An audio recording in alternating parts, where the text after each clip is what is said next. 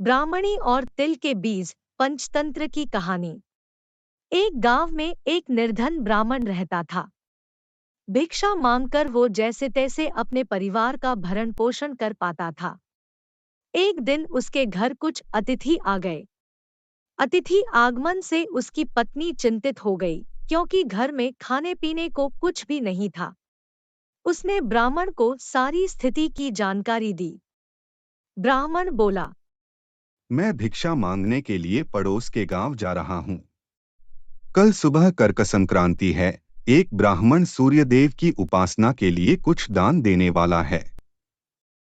पत्नी बोली, किंतु आज मैं क्या करूं? तुझसे विवाह करके मैंने कोई सुख नहीं देखे। खाने को तरसी हूँ। दूसरी स्त्रियों की तरह सुंदर वस्त्र आभूषणों की कामना तो मैं कर ही नहीं सकती। क्या जीवन मिला है मुझे?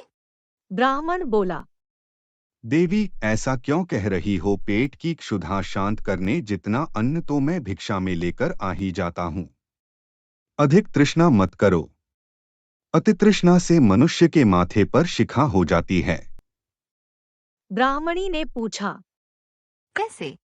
तब ब्राह्मण ने उसे सूअर, शिकारी और गीदड़ की कथा सुनाई। एक दिन की बात है। एक शिकारी जंगल में शिकार की खोज में भटक रहा था। अचानक उसे काले रंग का विशाल सूअर दिखा। उसे देख उसने तीर कमान पर चढ़ाया और निशाना साध दिया। निशान सटीक था, सूअर घायल हो गया। किंतु उसी घायल अवस्था में शिकारी की ओर दौड़ा और शिकारी के पेट में अपने तीखे दांत गड़ा दिए। शिकारी वहीं गिर पड़ा और सूअर भी वहीं ढेर हो गया। कुछ देर बाद वहां से एक गीदड़ गुजरा। मरे हुए सूअर और शिकारी को देख उसके मुंह से लार टपकने लगी। वह सोचने लगा, मेरे पुनर्जन्म का प्रताप है कि आज बिना किसी परिश्रम के इतना सारा भोजन प्राप्त हो गया। वह सूअर और शिकारी के समीप गया और उनके मृत शरीर की छोटी छोटी चीजों को खाने लगा। वह सोचने लगा कि इस भोजन का भक्षण मैं इस रीति से करूंगा कि ये कई दिनों तक मेरी क्षुधा शांत कर सके। रोज थोड़ा थोड़ा खाऊंगा। इस तरह मेरे कई दिन आराम से कटेंगे। सबसे पहले उसने धनुष की डोरी को खाने का निश्चय किया। शिकारी द्वारा सूअर पर प्रहार के लिए जो धनुष की प्रत्यंचा चढ़ाई गई थी, वह अब तक चढ़ी हुई थी। उसकी डोरी कमान के दोनों सिरों पर बंधी हुई थी। गीदड़ ने अपने दांतों से डोरी को ज्यों ही चबाया, वह टूट गई और धनुष का सिरा उसके माथे को भेदकर इस प्रकार ऊपर से निकल गया, जैसे उसके सिर पर शिखा निकल आई हो।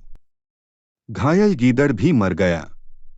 कहानी सुनाने के उपरांत ब्राह्मण बोला, इसलिए अतिलोभ नहीं करना चाहिए, माथे पर शिखा निकल आती है। ब्राह्मणी बोली, तुम ठीक कहते हो। मुझे अपनी चिंता नहीं, किंतु घर पर आई अतिथि की चिंता है। ऐसा करती हूँ, घर पर पड़े तिल को कूट कर उसे खिला देती हूँ। ब्राह्मण ने उसे वैसा ही करने को कहा और भिक्षा मांगने दूसरे गांव की ओर चला गया। ब्राह्मणी ने घर में पड़े तिलों को निकाला, उसे साफ किया और धूप में सुखाने के लिए फैला दिया। कुछ देर बाद वहां कहीं से एक कुत्ता आ गया और उसने तिलों को मूत्रविष्ठा से खराब कर दिया। यह देख ब्राह्मणी की चिंता बढ़ गई। वह सोचने लगी कि अब क्या करूं? ऐसे अशुद्ध तिल तो मैं अतिथि को खिला नहीं सकती। ऐसा करती हूँ, गांव में जाकर किसी घर से शोधित तिलों के बदले अशोधित तिल मांग लेती हूँ। इसके लिए भला कौन मना करेगा? किसी को क्या पता कि इन तिलों पर कुत्ते ने मूत्रविष्ठा की है। यह सोच वह उन तिलों को छाछ में रखकर गांव में निकल गई। घर घर जाकर वह आवाज लगाने लगी, कोई इन छने हुए तिलों के बदले बिना छने हुए तिल दे दो। कई घर घूमने के बाद वो एक घर पहुंची और दरवाजे पर खड़े होकर आवाज लगाई, बिना छने हुए तिलों के बदले छने तिल ले लो।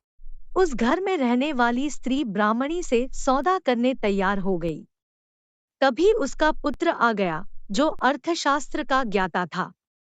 वह बोला, माँ, इन तिलों को मत लो। अकारण कौन छने हुए तिलों के बदले बिना छने हुए तिल देगा? अवश्य इसमें कोई दोष है। पुत्र के कहने से उस स्त्री ने सौदा नहीं किया।